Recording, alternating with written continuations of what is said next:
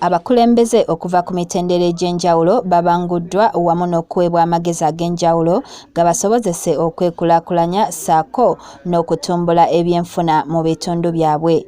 Wano akulira abakozi ku disitulikiti y'e Luweero, Godfrey Kiruhira Akiiki wasabidde abakulembeze okubeera abasaale mu kuteekerateekera ebyalo byabwe era n'asaba abakulira amasomero agali ku misingi gw'eddiini okukomya okugootaanya ebyenjigiriza.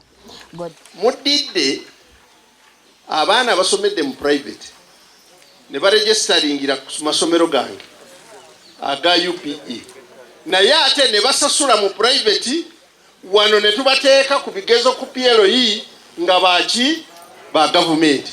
Ekyo nakyo mukinyambe.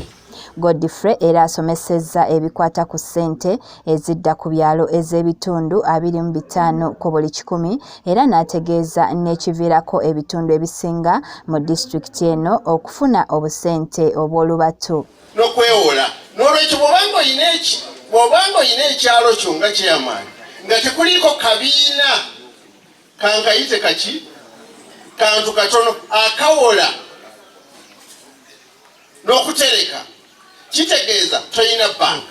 Ye omukiise wa pulezidenti mu disitulikiti y'e Luweero Phoebe Namulindwa alabudde abavubuka ku nneeyisa yaabwe era n'abasaba okubeera abawulize nga bagondera ababakulembera kibasobozese okufuna mu gavumenti eno. Era teri kye mugenda funamu bwe mubanga mweyamye ofiisi zino kubanga buli ekiva waggulu ku disitulikiti kituukira mu bana abakulu era be bateekawo ensaasaanya. So mbasaba muleme teekawo bukuukulu, muleme kubeera bamawagali, mumanye mbu mulinako abakulu abakola ki ababatwala. Wano omubaka wa bamunaanika mu lukiiko lw'eggwanga olukulu Dr. Jesse Muyingo akalaatidde bassentebe b'ebyalo okuyingira obutereevu mu by'okwerinda by'ebitundu bye bakulembera kibasobozese okutangira obumenyi bw'amateeka. Fenga NRM tetunyumizaamu ya security. Tujja kukasula mulungu tukoze. Watabaawo security, tetujja kulima, tetujja kusoma, tetujja kunyuwa ggwanga lyaffe.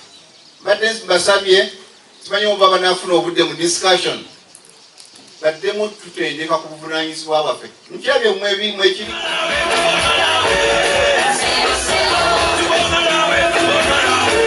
Omusomo guno okubaawo kiddiridde abatuuze okwemulugunya ku ngeri bassentebe gye baddukanyaamu emirimu gyabwe. Gloria Namayanja yabaddeyo ku Lwa Delta TV amasukkulumu.